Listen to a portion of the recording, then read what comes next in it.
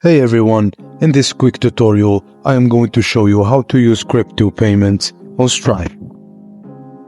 You can now use Stripe Express to get paid directly in cryptocurrencies, starting with USDC.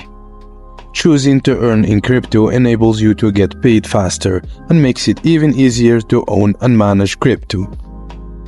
If you are outside of the US, it enables you to earn in a stable coin pegged to USD as an alternative to earning in your local currency.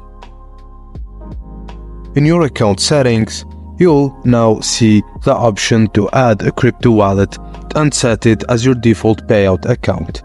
To start earning in crypto, you will need to provide the public address of a crypto wallet that supports the Polygon network here. Once you have successfully added a crypto wallet, your Express account will have a tab for your new USDC balance.